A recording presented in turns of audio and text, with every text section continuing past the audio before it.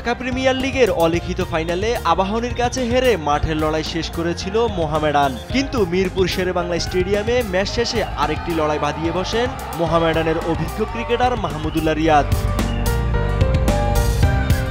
৬ উইকেটের পরাজয়ের পর ড্রেসিং রুমের উদ্দেশ্যে যাচ্ছিলেন মোহামেডানের ক্রিকেটাররা। সে সময় দর্শকদের মধ্যে থেকে একটি মন্তব্য শুনে আচমকাই মেজাজ হারান শান্ত মেজাজের এই ব্যাটার। উত্তেজিত হয়ে রেলিং পেরিয়ে গ্যালারিতে উঠে যান তিনি।